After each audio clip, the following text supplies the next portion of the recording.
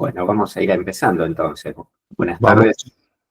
Buenas tardes a todos. Mi nombre es Hernán Pavón, yo soy coordinador del Comité de Docencia de Santa Catalina Neurorehabilitación Clínica y les agradezco la presencia, ¿sí? Convocarlos para esta segunda etapa, segundo capítulo de esta serie de 4 webinars que tienen que ver con una mirada diferente a lo que es la actividad habitual dentro de la medicina, ¿sí?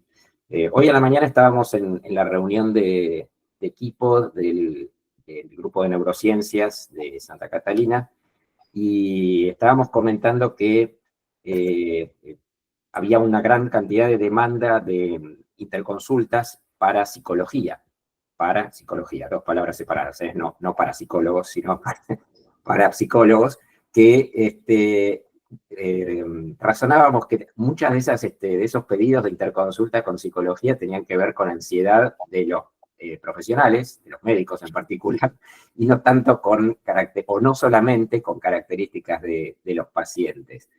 Y creo que un poco tiene relación con el tema que hoy nos va a presentar el doctor De Vito, porque el enfoque que a veces es excesivamente reduccionista o simplista de una causa, un síntoma, un tratamiento y todo lineal, bueno, en la práctica no se ve tan así.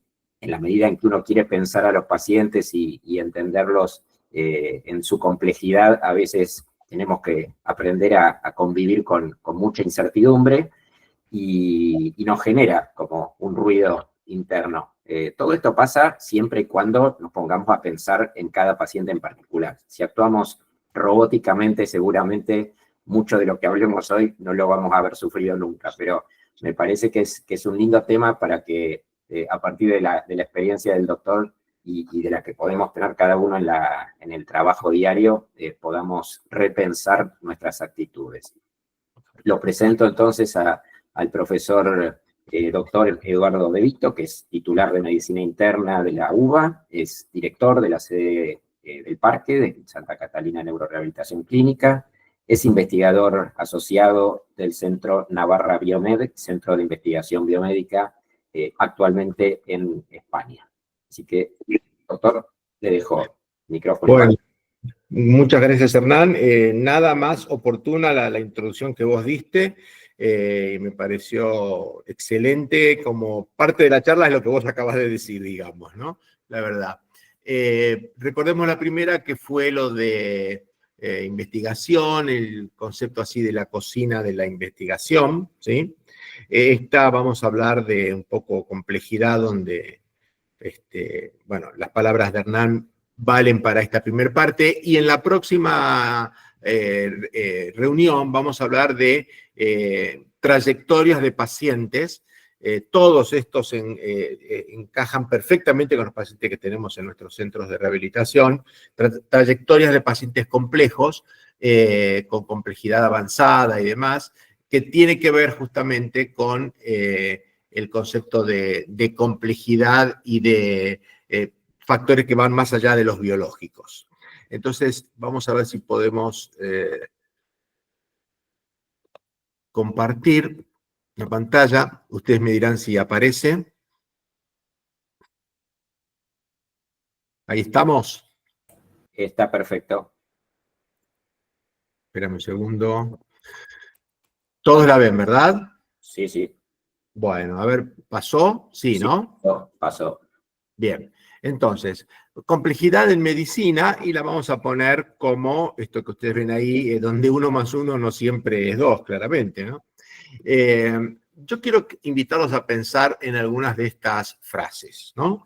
Por ejemplo, se puede llegar a un resultado, pueden tocar la campanita, o si yo no los veo, y hablan por el micrófono abierto, adelante, y son bienvenidos, cualquier comentario. ¿Se puede llegar a un resultado exitoso por distintas vías? Ustedes piensan, bueno, a ver, fulano dice una cosa, mengano dice otra. Bueno, a ver, después de todo, ambas cosas son un poco diferentes, pero pueden llegar a conducir a la misma cosa, digamos, ¿no? O al mismo resultado. Seguramente eso ocurre, ¿no? O les ha pasado. O bueno, hagamos un enfoque, hagamos este otro, y en el fondo, más allá de saber quién tiene la razón o quién lo decide, en realidad a lo mejor esos dos enfoques son ambos válidos, ¿verdad? O puede ocurrir que un plan que en un determinado paciente resultó exitoso, en otra oportunidad, en ese mismo paciente, o en otro paciente, esa misma línea de pensamiento sea un fracaso. ¿Puede ser eso? ¿Es posible que componentes extrabiológicos puedan interactuar más allá de lo que nuestros saberes como agentes de la salud en el más amplio sentido de la palabra, ¿no? Todos quienes tratamos a las pacientes, las enfermedades, etcétera, consideramos que puede haber componentes extrabiológicos que podrían estar involucrados en la atención del paciente o que podrían influir en el desarrollo. Veamos esto. Si al menos una de estas preguntas que yo les acabo de hacer tiene una respuesta sí, entonces lamento decirles, o no lamento, al contrario, que el problema de nuestros pacientes tiene algún grado de linearidad, algún grado de incertidumbre y algún grado de complejidad. Entonces podemos ir abandonando en estos pacientes, que son todos los pacientes de las clínicas que tenemos, podemos ir abandonando el famoso 1 más 1 es 2, ¿sí? Para empezar. Entonces, la simple suma de diagnósticos no siempre explica lo que un paciente padece. A veces hay más de un diagnóstico con cosas completamente distintas, diagnósticos completamente distintos, pero que no son la suma algebraica. A lo mejor un diagnóstico es más influyente que otro, ¿de acuerdo? Y dentro de ese diagnóstico hay algunas cosas que son muy influyentes. Y lo curioso es que a lo mejor uno arregla una cosa o desarregla una cosa, y no es la suma algebraica, bueno, había 5 cosas, se desarregló una, entonces el 20% va a andar mal. A lo mejor esa cosa es tan importante que su movimiento hace que todo lo demás se reordene de otra manera. Esto que parece difícil va a terminar siendo tremendamente sencillo y va a justificar y a tranquilizarnos a nosotros cuando tenemos este tipo de pacientes complejos. ¿Es posible que múltiples caminos lleven a iguales resultados? Bueno, indudablemente que sí. Y los factores extrabiológicos que conocemos. Entonces, acá vamos a explorar el pensamiento clínico complejo, la interacción entre múltiples variables y cómo evitar enfoques simplistas en escenarios que exigen una mirada más amplia, es decir, herramientas diferentes a los que nos podría aportar la linearidad. Con toda esta introducción del día de hoy, después vamos a ver en el próximo encuentro cómo manejamos las distintas etapas de nuestros pacientes crónicos con cronicidad avanzada y con todo lo que conocemos. Entonces, el objetivo de esta presentación es brindarles a ustedes herramientas conceptuales y metodológicas para entender la incertidumbre y la complejidad del campo de la medicina. Entonces, hay que necesariamente definir incertidumbre, imposibilidad de conocer con certeza todos los elementos necesarios para tomar una decisión clínica óptima. Y cuidado que yo acá estoy poniendo decisión clínica óptima en comillas, porque este concepto de decisión clínica óptima para mí puede ser uno, para otro médico puede ser otro, para el paciente puede ser otro y para el familiar puede ser otro, ¿no? Y la incertidumbre en medicina puede venir por varios mecanismos. Vamos a ampliar esto en algunas diapositivas ahora.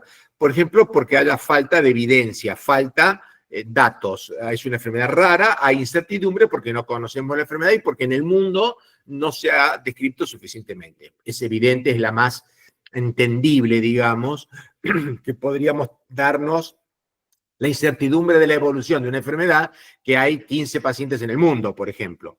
Pero también la incertidumbre puede venir por que aún existiendo una evidencia sólida o de buena categoría, la aplicación varía en diferentes contextos clínicos y en diferentes sistemas de salud, en diferentes hospitales, en diferentes países y en diferentes regiones. Entonces, lo que dice un algoritmo, digamos, o una guía, no necesariamente puede aplicarse en todos los países y en todas las regiones, y cuando uno se choca con querer aplicar eso, se encuentra con cosas que, bueno, esto acá, ¿cómo hago esto acá? ¿Entienden? Y eso genera incertidumbre, ¿verdad? Y después todo lo que tenga que ver con la interacción entre los valores y las preferencias del paciente. Nosotros hace tiempo publicamos esto cuando estudiamos varias cosas sobre lógica difusa, que por otro lado lógica difusa, Benedito va a hablar de cosas raras, matemática, no. La lógica difusa, nosotros nos manejamos con lógica difusa en nuestro pensamiento cotidiano, lo que pasa es que no lo percibimos como tal, ¿no? Les recomiendo este artículo que más que matemático es lo que tiene que ver con la medicina y con la vida misma también. Acá en este artículo yo extracté esto que ven acá en gris, que son las fuentes de incertidumbre. Piensen ustedes que están haciendo una historia clínica y demás.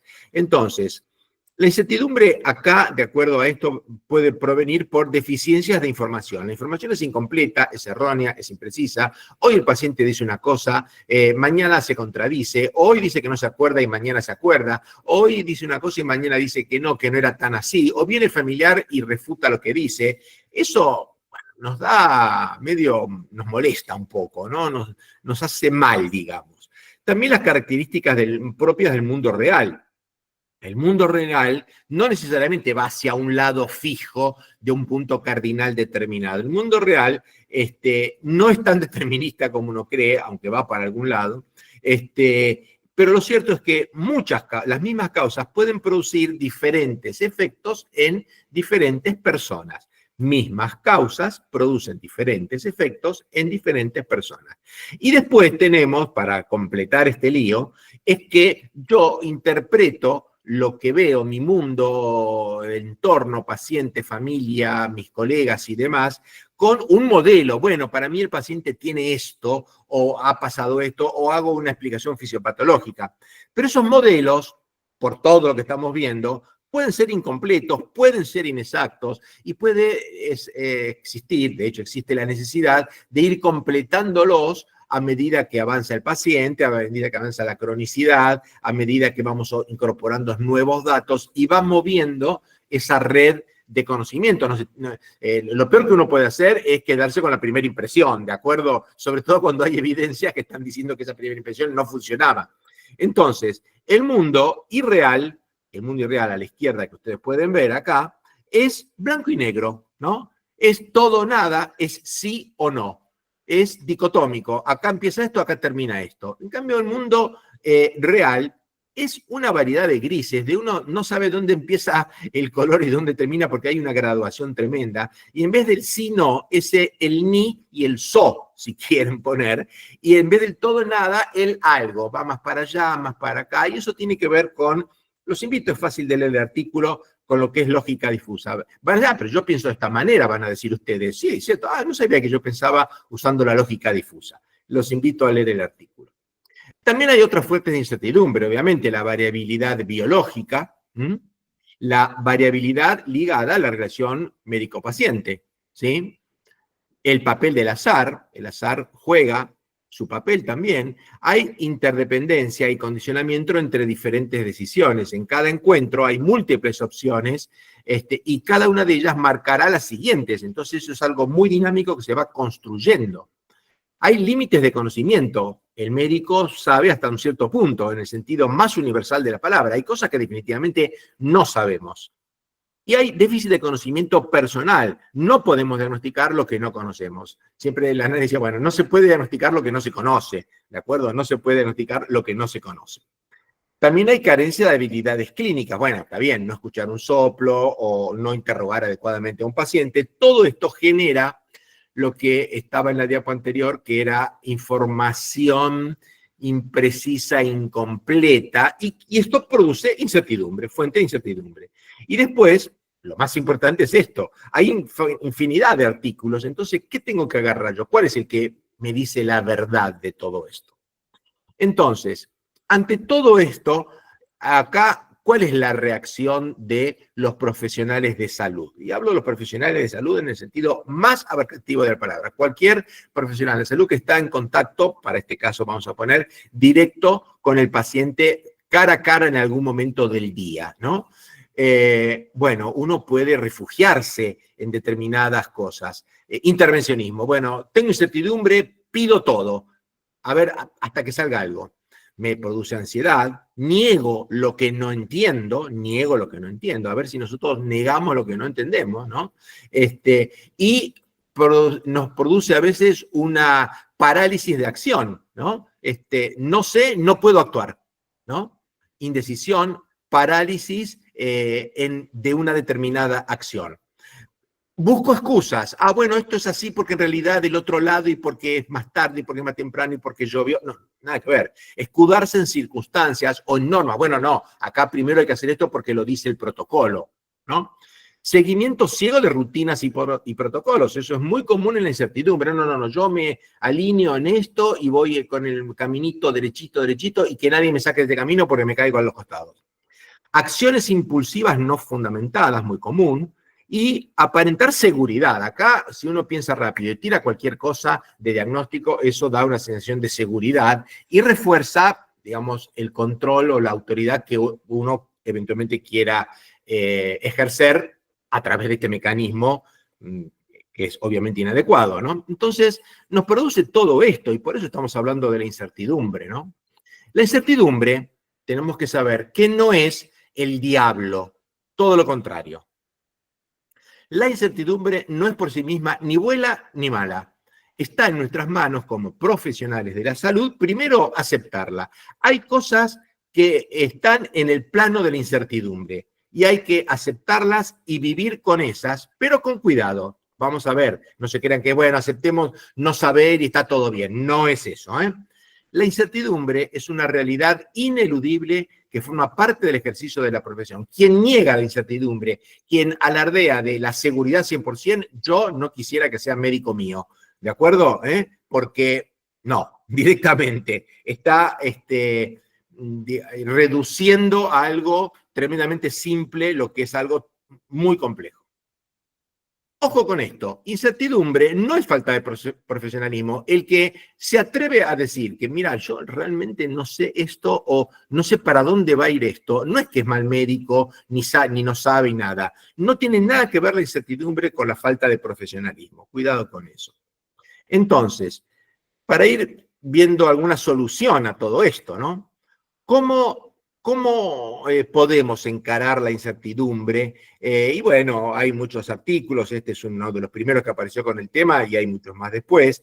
Métodos de consenso, hablar con el compañero, hablar con la compañera al lado, a ver si podemos llegar a un consenso o alguien sabe algo más que lo que yo sé. Análisis de decisiones, avance científico de la medicina basada en la evidencia, ayuda mucho.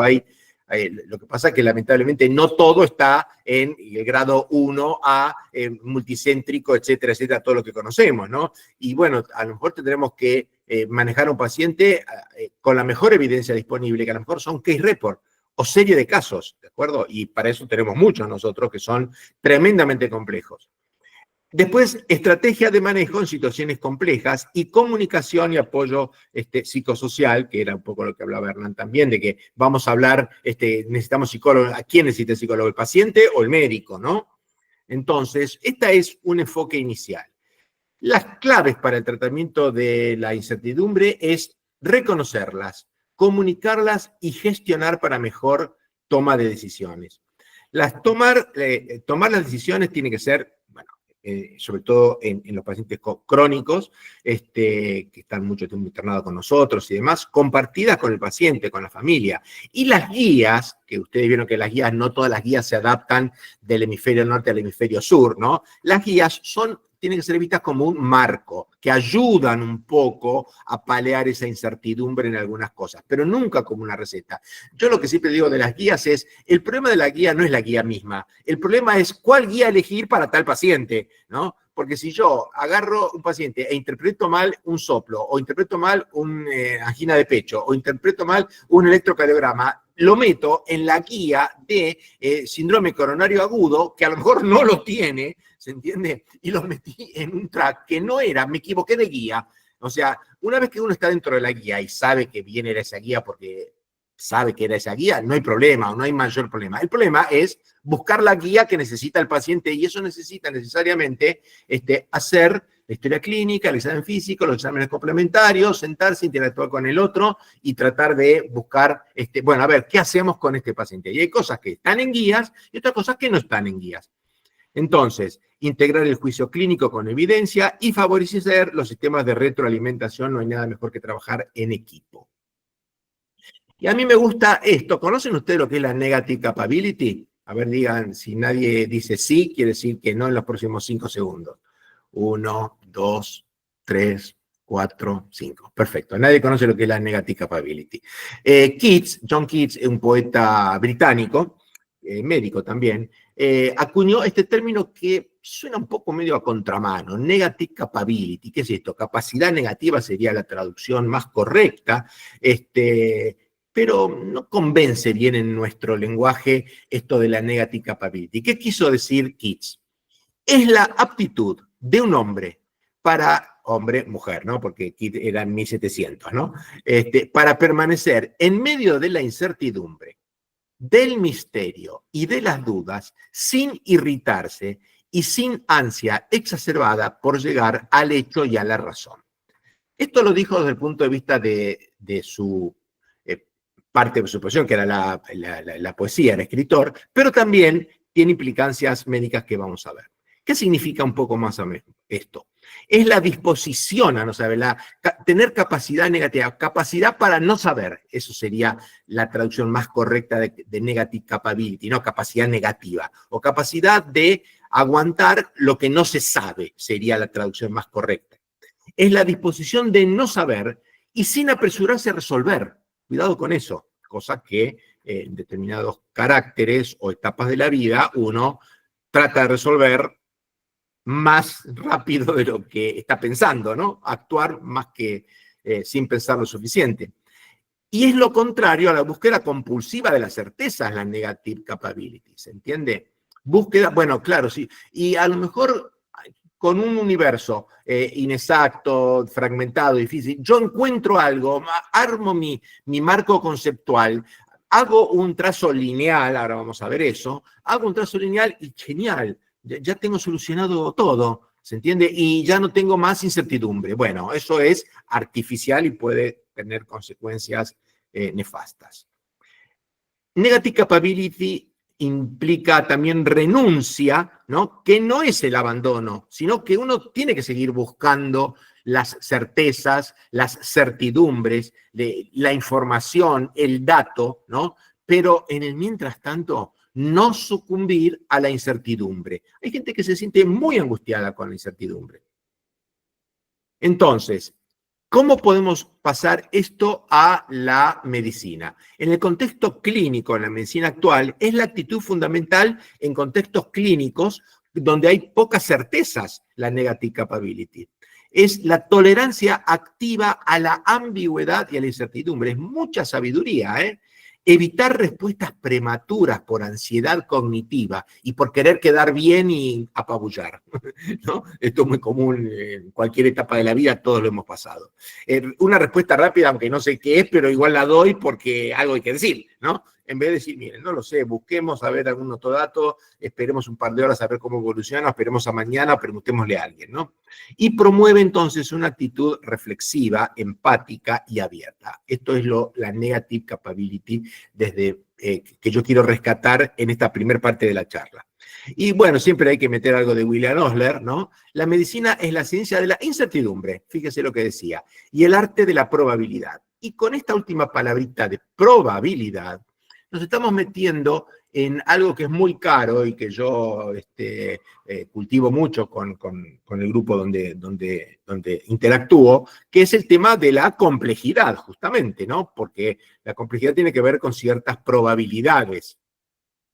Y yo les remito a este artículo, hemos hecho otros artículos similares, pero este quizá es el más importante desde el punto de vista de todos los datos conceptuales que estoy desarrollando.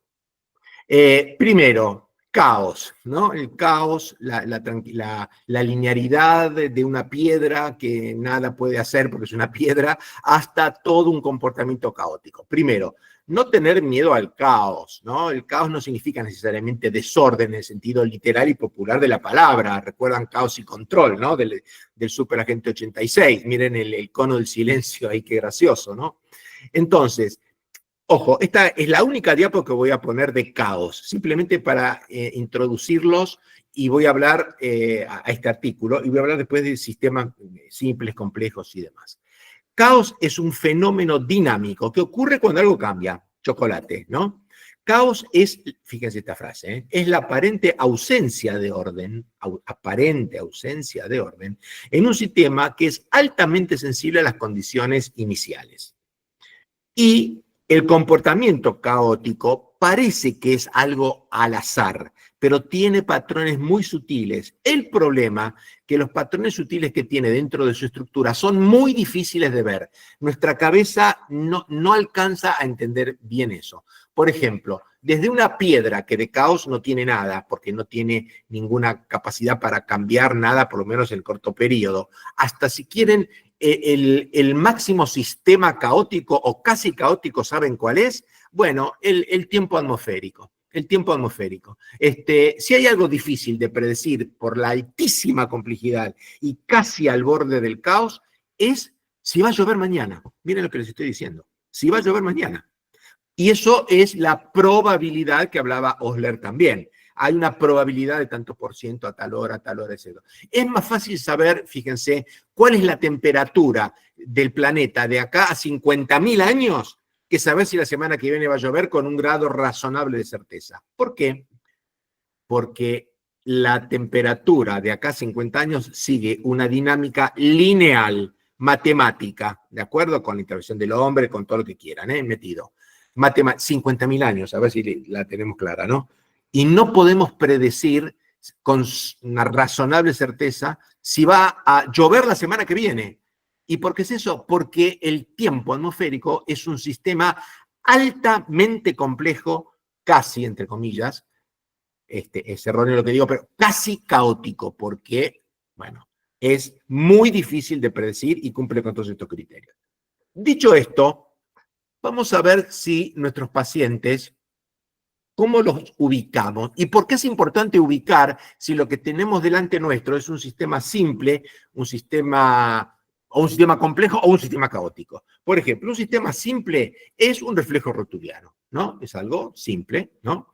Un reflejo rotuliano puede ser también cómo hacer una torta, un bizcochuelo, ¿no? Que bueno, obviamente cada una de nuestras madres es la que mejor hace la torta, pero bueno, no podemos decir que es simple en el sentido ¿cuál?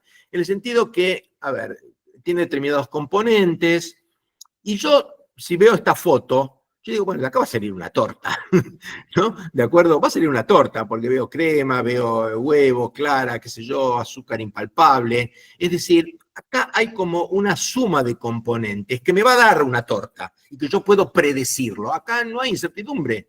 En el sistema simple no hay incertidumbre. También un sistema eléctrico, como el que está abajo a la derecha, es un sistema simple. Hay una fuente de energía acá, un on-off, una resistencia, un capacitor, y uno puede calcular con leyes matemáticas cómo va a pasar la electricidad por ahí, así como un reflejo. En cambio, un sistema complicado también es altamente predecible. Un sistema complicado puede ser, ahí está el reloj, ¿no? Pero claro, es más complejo que un pastel de torta, digamos. Pero si yo desarmo todo el reloj y yo les digo, les doy los componentes, ¿qué va a pasar acá? ¿Qué es esto? Y usted me dice, es un reloj desarmado. Es un reloj desarmado. Es fácil, ¿se entiende? O si yo les doy un cohete, ¿no? O lo que era un cohete, o parte de un cohete en un esquema, lo que fuera, esto es un cohete. No me cabe duda que es un cohete. Entonces, si bien hay cierta cosa complicada, muchos componentes, algunos más importantes que otros, más esenciales, etc. En los sistemas complicados, ojo, porque acá siempre uno usa la palabra complicado, qué complicado que es, en realidad no es complicado, sino que es complejo, ¿no? Para ir registrando algunas cosas para mejorar eso. Un sistema complicado tiene más piezas, de acuerdo, miren lo que es un cohete, pero a mí ustedes me desarman todo un cohete y me lo dejan tirado a lo largo de una cuadra o de una manzana, y yo sé que eso es un cohete. ¿Se entiende? Entonces, ahí la incertidumbre es bastante menor. También podemos meter en un sistema complicado en medicina, un sistema que es un algoritmo, ¿no? Un algoritmo es una cosa complicada, ¿qué hago ahora? ¿Qué no hago ahora? Pero más o menos está ahí y es predecible. En cambio, los sistemas complejos tienen una característica distinta. Esto que ustedes ven acá pueden ser langostas, pueden ser aves, ¿no? Que fíjense la evolución que tiene arriba de los árboles, ¿no?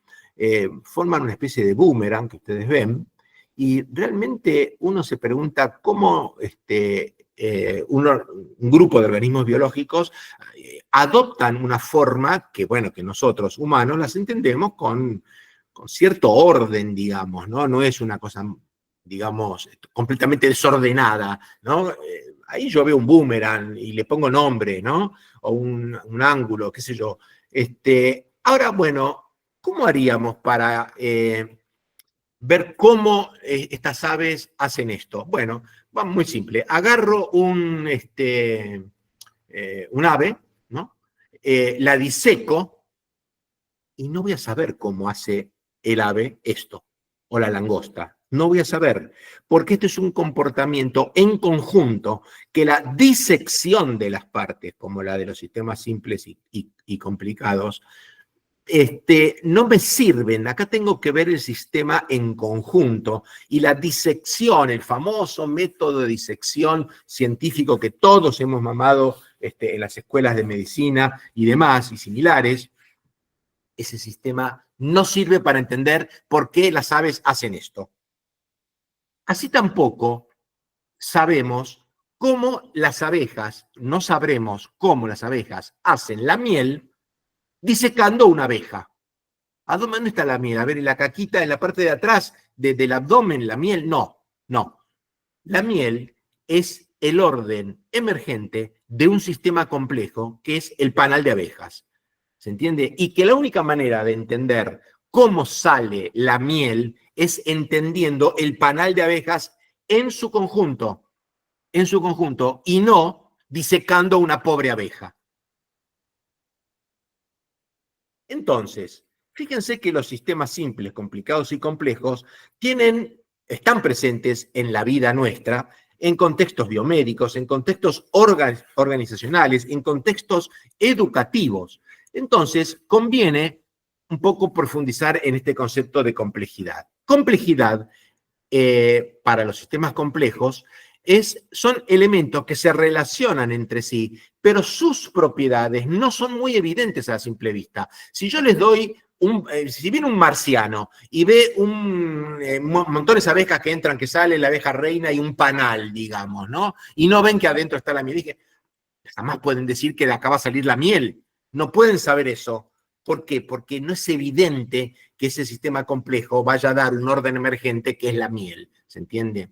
De esta manera, los sistemas complejos son una red intrincada de operaciones que pueden ser simples unas a otras, y hay un orden emergente, insisto con esta palabra, que el orden emergente es o el boomerang que hacen las langostas o la miel que hacen las abejas. ¿Saben qué es el orden emergente también? El orden emergente es el pensamiento.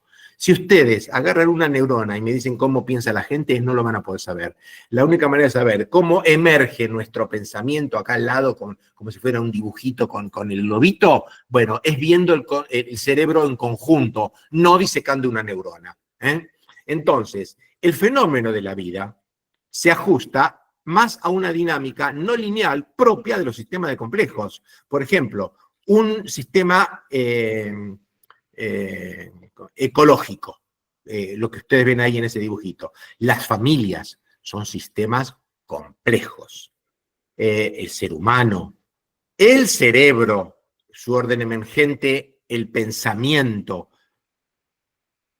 el Congreso, la política, es un sistema complejo. No pueden decirse, con la reducción que muchos hacen, ganó o perdió por tal o cual cosa. Es tremendamente compleja la interacción y cómo juegan cada una de las cosas para decidir un voto, por ejemplo, ¿no?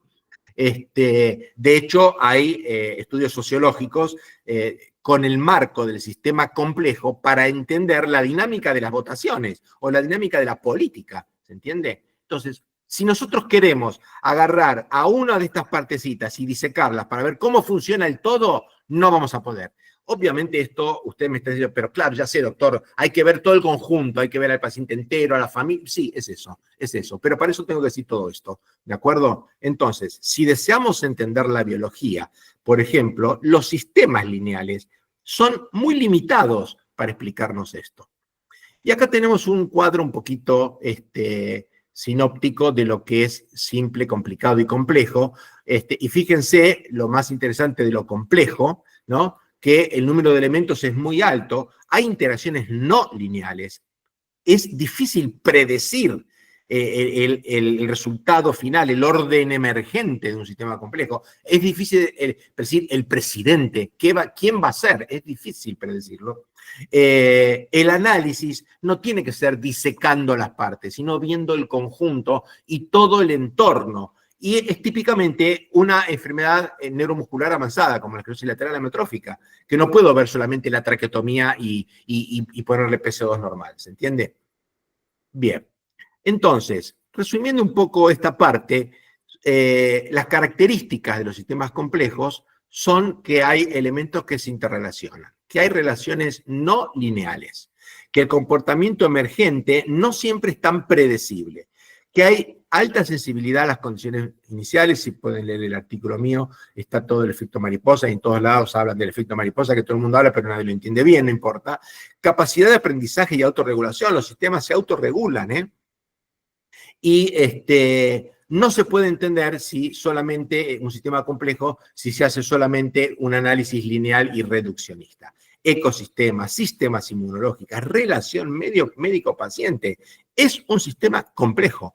Un hospital como organización, ni que hablar en contexto de crisis, es un sistema complejo.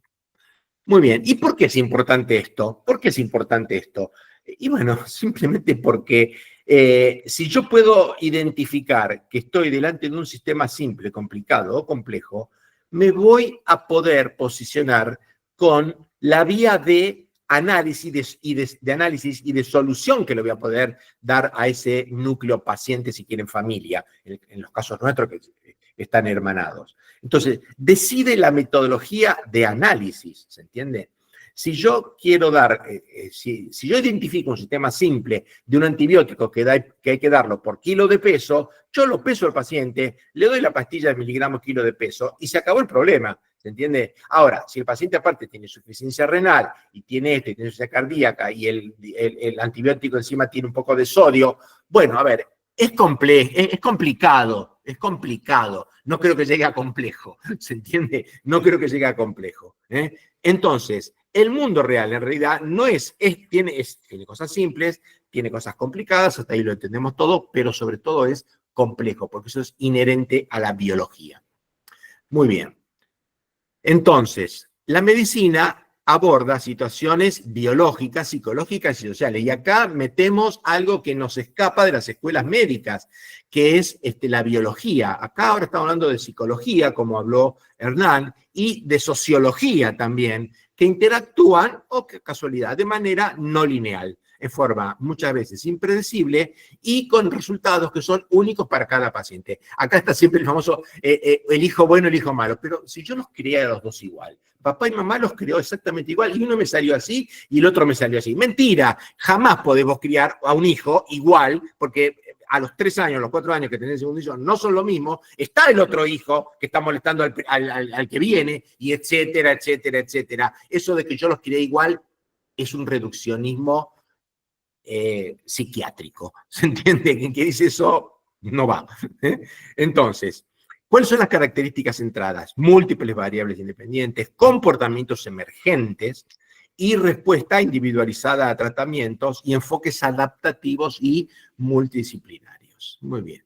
Entonces, podemos, bien lo que dijo Hernán, de buscar un enfoque no tradicional, que es el que justamente lo dio Edgar Morin, que es el padre de la complejidad, sociólogo, les recomiendo los libros o los ensayos de él, si quieren, el padre de la complejidad. Él dijo que la enfermedad se vertebra en torno a una triple dimensión, una dimensión biológica, que es la que todos aprendemos, que es la que todos nos sentimos cómodos, que es la que todos hablamos delante del paciente y es la que todos hacemos el informe a la familia, porque agarramos el Cecil, el Harrison, el Farreras o el libro que sea y lo recitamos y nos sale muy bien. Ahora, que el paciente entienda o que la familia entienda, eso es otra cuestión, ¿de acuerdo? Entonces, la dimensión biológica, para la cual estamos muy entrenados, sobre todo los médicos, es explicar la fisiología, la estructura alterada, entenderla. Hay síntomas, hay signos, hay conocimiento objetivo,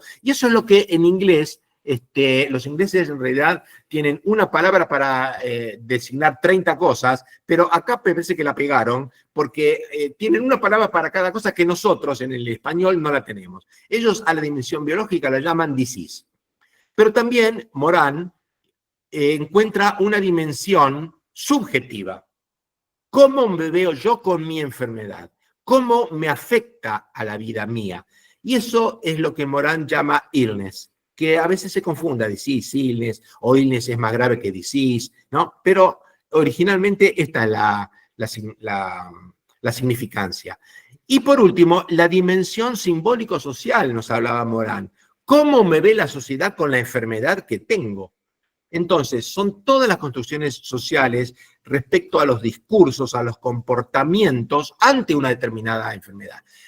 Enfermedad que puede ser un paciente en silla de ruedas, un paciente ciego, un paciente con autismo, algo que la sociedad lo ve como algo distinto. Nos guste o no, es así, ¿de acuerdo? Entonces, lo biológico, lo subjetivo psicológico, cómo me veo yo con mi enfermedad, cómo vivo yo con mi enfermedad y cómo me ve el entorno con mi enfermedad.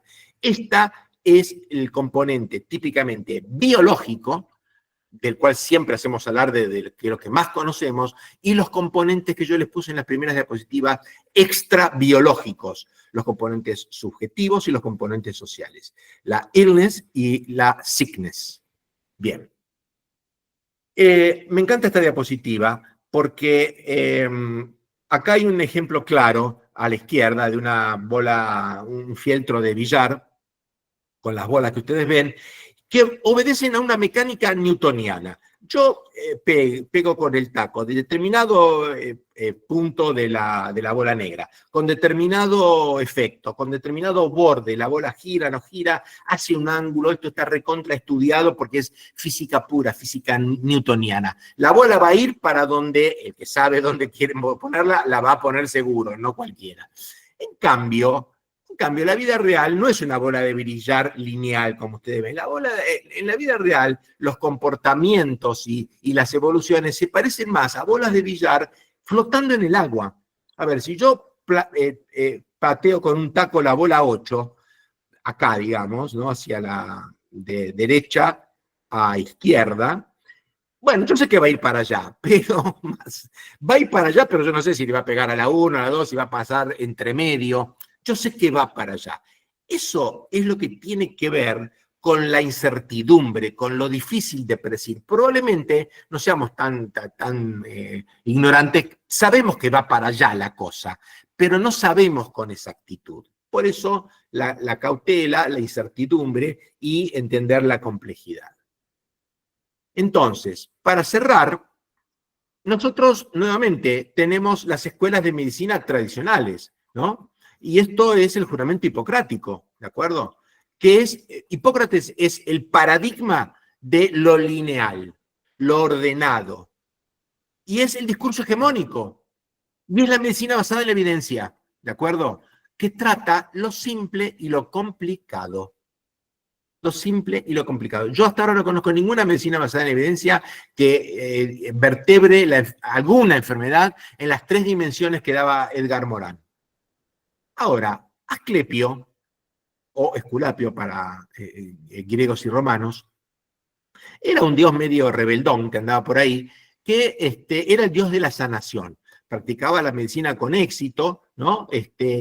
y tenía un santuario donde iban a rezarlo, a pedirles cosas, y más que la curación, él hablaba de la sanación, ¿no? Que tiene que ver con otro concepto más amplio, ¿no?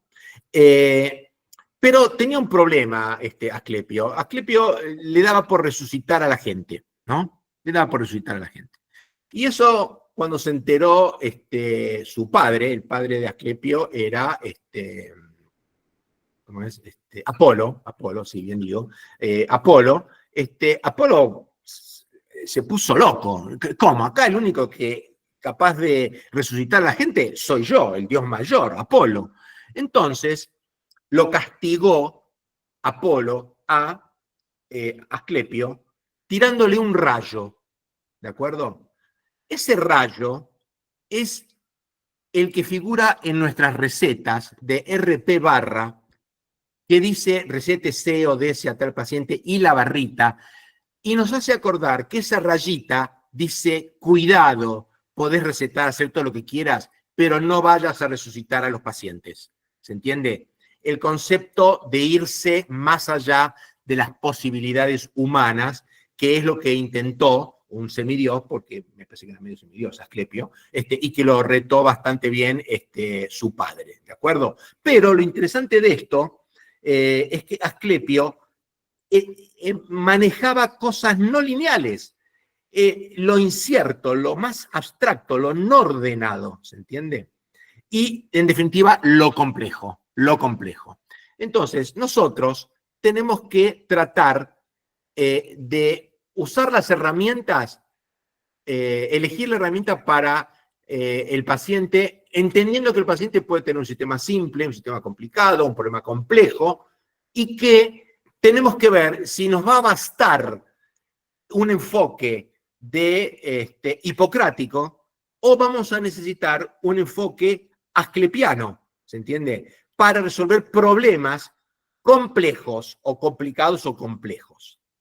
Y hay que recordar siempre la negative capability, ¿no? Que es para no sucumbir a la incertidumbre. El médico, repito, debe desarrollar saberes y actitudes para ofrecer, según corresponda, ambos modelos, el hipocrático y el asclepiano, y frente a problemas simples, complicados o complejos, saber distinguir qué herramienta tengo que hacer. O voy a disecar a la abeja o voy a ver el panal en conjunto. Eso es lo que yo quiero transmitir.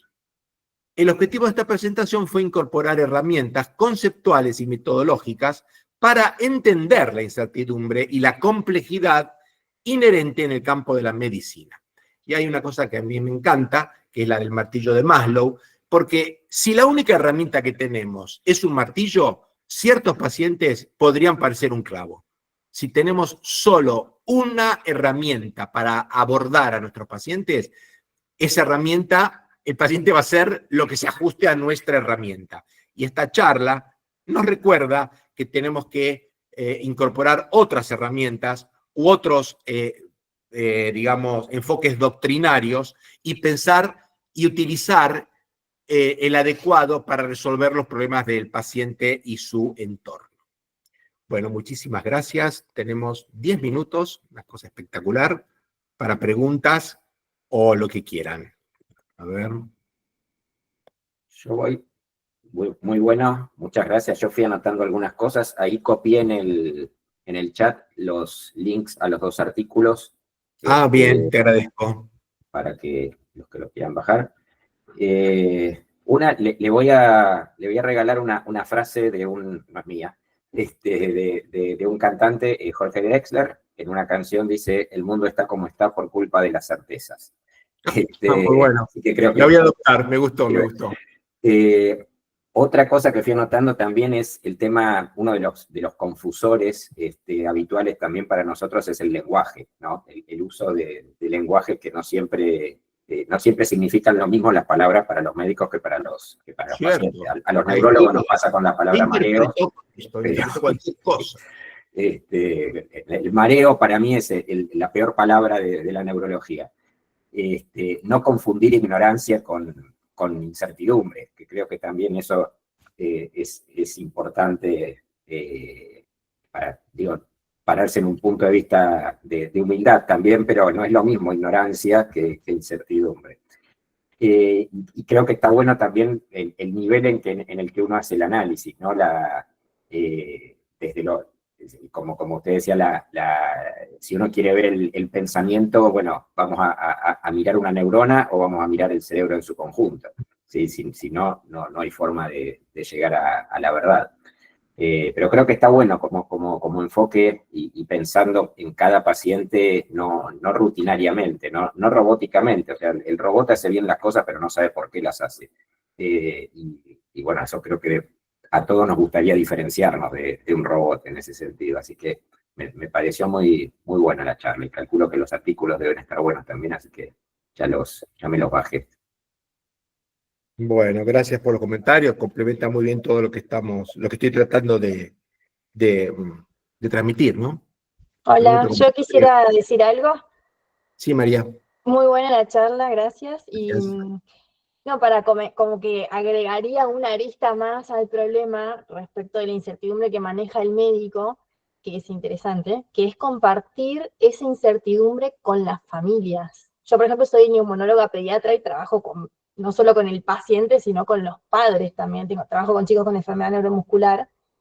Y yo y la comunidad científica tiene muchas incertezas sobre el futuro de muchos de estos pacientes, entonces es difícil sostener en la incertidumbre también a la familia con un cierto grado de esperanza, digo, porque uno no puede decir, no sabemos nada, ¿no? Es como que es el doble juego, hay que sostener algo de esperanza en la familia para que las familias puedan avanzar con la vida, sin anular la incertidumbre, o sea, no le podemos prometer resultados, no sé, ¿no? Ni para bien ni para mal, no sé, es difícil este interjuego, no sé si tienen algo para comentar respecto de eso. No, yo recuerdo, breve comentario, más de una vez me ha pasado que hay una manera muy fácil de saber quién de los familiares, cuál es la profesión de los familiares. Digo, más de una vez la pegué, ¿eh? Me pregunta, pero ¿qué porcentaje de posibilidad tiene que mi familiar sobreviva? Bueno, es un poco difícil, qué sé yo. Bueno, pero ¿en cuánto tiempo puede salir de acá? A ver, un rango de tiempo. Bueno, puede ser de 3 meses a 6 meses, no sé, pero mucho tiempo. Pero, y si se opera y si hacemos lo que usted dice, el estudio, ¿qué probabilidad hay que demos con el diagnóstico? Mire, perdón, ¿me podría decir su profesión, por favor? Ingeniero. Típico. No sé si habrá algún ingeniero o padre ingeniero, pero el pensamiento es el prototipo del pensamiento lógico lineal, ¿se entiende? Aplicado a la biología. Es absolutamente anacrónico, ¿se entiende? Pero es ¿no es cierto, Gastón, los chicos de la clínica, más de una vez dijeron, este paciente, cuidado que es matemático o que es físico nanopartícula o ingeniero, arquitecto, que son los que hacen duro y tratan de traspasar ese mecanismo del pensamiento, el martillo, que es lo único, el pensamiento que les funciona bien para su profesión, obviamente, pero para cosas biológicas. Y eso ahí no funciona. ¿Entienden? Interesante eso.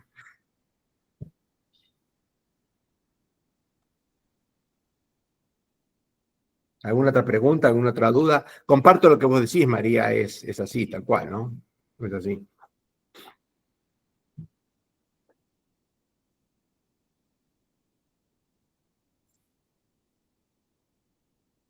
¿Alguna otra pregunta? Vamos, anímense. Mientras tanto paso el chivo para la próxima. Eduardo, ¿cómo andás? Sí. Hola, Miguel, ¿qué tal? Miguel, ¿hablaste vos? Mauro. Ah, Mauro, sí, ahí te veo, sí. Eduardo, consulta. Primero, muchísimas gracias por la presentación, más que interesante. Gracias Pero por la escucha. en los pacientes complejos es donde me parece que se genera la mayor incertidumbre dentro del equipo de salud, ¿no? Totalmente, 100%. Y cuando uno hace un Ateneo exclusivo para esos pacientes, se llega a un consenso de atención. Sí. Ese consenso, viene a mitigar la incertidumbre, pero no la anula. No la anula. La atenúa, o mitigar, como vos decís, está bien, la atenúa y sobre todo, ¿sabes qué? Se comparte. Se comparte. Bueno, a ver, aceptemos que esto nos hace mal a todo el grupo tratante. Aceptemos que este paciente nos hace mal porque por quién doblan las campanas, doblan por ti, porque tienen la edad de todos ustedes, la mayoría que están todos en 30 y 40, más o menos, es como que estemos nosotros ahí metidos. Entonces, cuidado, no nos enganchemos con tanta empatía, que es buena la empatía, pero no dejarse invadir por tanto. Ojo, yo no estoy de acuerdo con la cosa de 2 escalones para arriba del médico y el paciente abajo. Eso yo lo aborrezco, ¿no? Eso es lo de, ni siquiera de mis maestros eran así, o quizás sí. Pero compartir la incertidumbre me parece que es algo muy importante, gestionar la incertidumbre y buscar entre todos, ir armando por lo menos digamos, yo diría un marco teórico. Esto los chicos me lo escuchan siempre, yo lo digo. Bueno, con este marco teórico, veamos qué pasa en los próximos 3 días. Busquemos nuevos elementos, si estos elementos refuerzan el marco teórico, el paciente está bien, seguimos con esto. Si hay algo que nos empieza a hacer ruido, que choca con algo, replanteamos el marco, ajustamos la cosa, y recuerden que esto es complejo. Y todos contentos. No sé si ahí hay muchos que pueden opinar también, ¿no? No sé, me parece que es así, Mauro, lo que vos decís, totalmente de acuerdo. Mitiga, pero es inherente a la práctica médica, es inherente. Gastón. No, tal cual, sí. Y el tema es a veces que la familia tiene cierta expectativa, ¿no? Con el nuevo planteo. Pero al rato tiene de nuevo la incertidumbre. Sí. Y se complejiza un poco. Sí. Gastón le había levantado la mano. Sí, en base a lo que dijiste recién, a veces nos pasa una cosa y que vale la pena a veces reflexionar, lo que es que un paciente que no sale o que tenemos complicaciones, después de un tiempo decimos, no, pero mira, Eduardo, lo probamos 3 veces, le medimos esto y no va. Bueno, pero volvamos a intentarlo porque ese paciente puede haber cambiado y nosotros no nos damos cuenta que ese paciente cambió. O con los elementos que tenemos no podemos mensurar esa complejidad que tiene el paciente. Y muchas veces, y nos ha pasado, volvemos a intentar un determinado proceso de Winning o de lo que sea, y ese paciente sale y tiene los mismos valores o las mismas mediciones que tenía cuando no salió. Entonces, eso hace que ese principio de incertidumbre también esté para volver a intentarlo. Y eso se lo agradecemos a Eduardo, que nos remarca cuando no sabemos qué hacer o ya lo intentamos todo según las mediciones que nosotros hacemos, de volver a intentarlo. Obviamente que si no funciona, bueno, replantearemos toda la cosa y volveremos a pensarlo, ¿no? Está muteado. Nosotros nos planteamos, ¿qué cambió, Gastón? ¿Qué cambió? A ver, la Pimax está igual. ¿Qué esto? Bueno, algo que no medimos, mediadores inflamatorios, hay una PCR. Bueno, mirá, es compleja la cosa, interactúa. Mirá, a lo mejor terminamos diciendo, miren, lo que pasó en los últimos 3 meses, que no entendemos que cambió, es que puede que estar un poquito más nutrido y más lejos de las infecciones. Y en una de esas, con eso solo, ya arranca el paciente, ¿viste? Pero también es una hipótesis, no lo sabemos, ¿no? Pero bueno, es el beneficio de la duda. Levantó la mano Pablo, me parece. Sí, Pablo. Sí. ¿Qué tal, Eduardo? ¿Cómo estás? Bueno, siempre interesantísimo escucharte y hacernos pensar, más que nada. Son acá por ahí un punto, pues obviamente cada día un poco más allá de la estadística y todo, siempre me viene cuando aprendí el concepto del R², ¿no? Que busca cuantificar la variabilidad no explicada, y al haber estudiado con gente que es más del palo de las ciencias sociales también, lo que nosotros esperamos con un R² de 0,50, decimos que es malísimo, en ciencias sociales es perfecto más o menos. Sí. Porque hay un montón de incertidumbre que nunca vamos a poder saber. Entonces, yo lo que digo es ese concepto de que saber que siempre hay mucho porcentaje que no. Ahora, frente a esa incertidumbre, que sería ese porcentaje que nos falta, y que no todo es tan outcome duro, ¿no? Como para decir, busquemos un 0,9, un número bueno. ¿Cómo hacemos para que el conservadurismo no nos gane y no nos lleve a, como decías, la parálisis, ¿no? Del no hacer, decirle, no hay nada más que hacer. sino entender que por ahí hoy no sabemos qué es lo que tenemos que hacer, y obviamente para conocer algo nuevo vamos a tener, como decía recién, cambiar algo. ¿Cómo hacemos para pasar esa barrera entre ser conservadores y innovadores? Bueno, es dificilísimo lo que vos me estás diciendo. Yo lo así a boca de jarro, ¿no? Yo diría solamente esto. No dejar solamente el tiempo transcurrir. ¿Qué dije? A ver. Aprovechen toda la experiencia e intercámbienla y lean todo lo que haya que leer y cuestiónense todo y de pronto va a salir un orden emergente que decir, espera, esto no funciona, hay que buscar otro camino, ¿entendés? Y no, siempre lo venimos haciendo así y porque lo hicimos siempre, no sabemos si funciona o no, sigámoslo haciendo así porque siempre se hizo. Eso yo lo aborrezco, ¿de acuerdo? Entonces, para mí es no, permanecer y transcurrir, en la canción, creo que no me acuerdo de quién era, permanecer y transcurrir no siempre quiere sugerir honrar la vida, ¿no? Que no pase el tiempo sin haber capitalizado experiencia, errores, cosas que puedan ser compartidas y que pueda salir de todo ese caos un orden emergente que nos dice, bueno, un pasito más para adelante. Qué loco esto. Ustedes piensen, bueno, yo ya tengo más tiempo para pensar en eso. Dije, mamita querida, yo cuando tenía 30 años, algunas cosas que antes yo quería, qué lindas anécdotas, a mí me agarra un ataque ahora de pensarlas, ¿se entiende? Y bueno, si yo estaría de acuerdo con lo que totalmente, con ciertos enfoques que yo tuve de pacientes en esa época, realmente a lo mejor no hubiera evolucionado. Dije, bueno, no, hice bien esto, pero tendría que haber hecho otra cosa, ¿no? Y esto no hace falta irse cuando yo tenía 30 años, ¿eh? Puede pasar hace 10 años, ¿se entiende? ¿No? Me parece que es eso, es no dejar pasar el tiempo, Pablo, no tengo otra cosa. Y interactuar con el equipo y compartir todas esas cosas, ¿no? Compartir.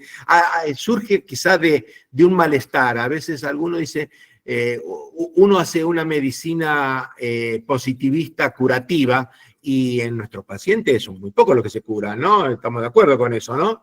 Entonces, ¿cuál es el éxito? ¿Cuál es el éxito? Que hay que redimensionar el éxito de las escuelas positivistas de curación y no curación fracaso. Eso es todo un tema también, ¿no? ¿Por qué? Porque con ese criterio nosotros no curamos a nadie. ¿Se entiende? Y eso es muy frustrante si nos tomamos la medicina del siglo pasado, de mediados del siglo pasado, al pie de la letra. Entonces, nosotros sentimos satisfacción porque en la revista de Sala, y Hernán está presente cuando nos escucha a veces, bueno, murió tal persona. Bueno, ¿cómo murió? Murió sin síntomas, murió bien, murió tranquila, vino el familiar, estaba el familiar con ellos, la dejaron pasar, qué sé yo, sí, murió en paz, tranquilo. Bueno, esa es la satisfacción y eso es la medicina que también tenemos que hacer con este tipo de pacientes. Y eso lo ponemos en la revista de Sala, Hernán es testigo. ¿Cómo murió el paciente? Contame cómo murió. No, al lunes, no, murió. ¿Cómo murió ese paciente? ¿Se entiende? Y eso va dando enfoques un poquitito superadores, me parece. Pablo, no tengo una respuesta muy estructurada, discúlpame, ¿eh? No, tranqui, creo que no hay una respuesta estructurada, pero me gustaba escuchar tu forma de razonarlo. Bueno, ahí sí. Bueno, ahí tenés algo y dame alguna evolución a ver si No, a ver, es algo que seguimos nosotros creciendo vemos después. siempre está al punto de que, obviamente, siempre está esa discusión entre el no querer, el innovar siempre tiene más riesgo inherente, porque es algo desconocido que vamos a ir, que obviamente tiene una base teórica, hipotética, que planteamos, siendo el caso individual, ¿no? De este paciente puntual con sus necesidades, habiendo hablado con él, sabiendo sus necesidades, no solo las nuestras, respecto al paciente. Pero bueno, muchas veces uno encuentra muchas barreras en ese desarrollo que también tienen su fundamento totalmente lógico, porque uno mira por ahí la posibilidad de logros y otro mira la posibilidad de riesgos.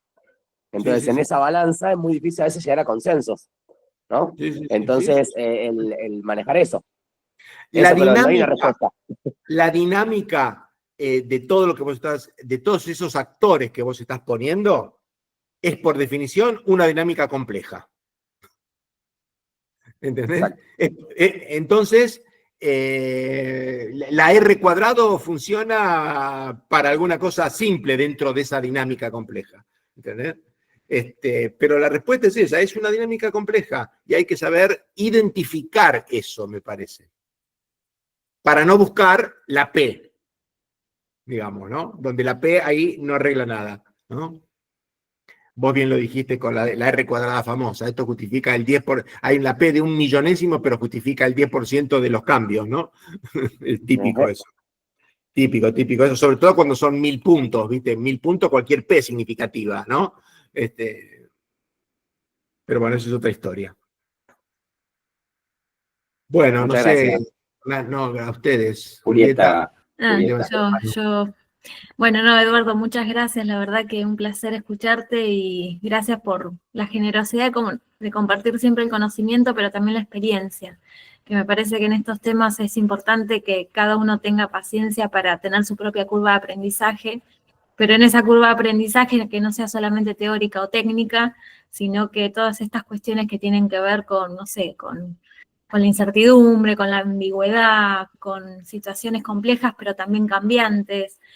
Creo que eso, la curva de aprendizaje es importante transitarla aprendiendo del error inclusive, para evitar acumular errores y bueno, yo que soy cognitóloga siempre lo asocio a evitar estos sesgos cognitivos que después nos hacen errarle en la toma de decisiones y en lo que hacemos en el día a día con los pacientes. Independientemente de lo que uno haga en investigación, creo que lo más importante es que esto va dirigido hacia el paciente y la familia, y si uno no lo sabe manejar y no sabe aprenderlo a lo largo de su desarrollo profesional, tampoco lo sabe compartir con la familia, que es el destinatario más importante y por lo cual tenemos nuestra vocación.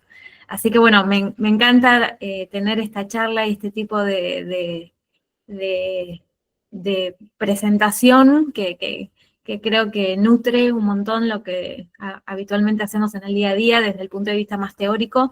Creo que esto es fundamental, suma muchísimo, así que nada más que gracias. Bueno, hago el chivo de la semana de lo de 3 semanas. Paciente, complejidad para abordaje e identificación de pacientes con cronicidad simple, avanzada y fin de vida.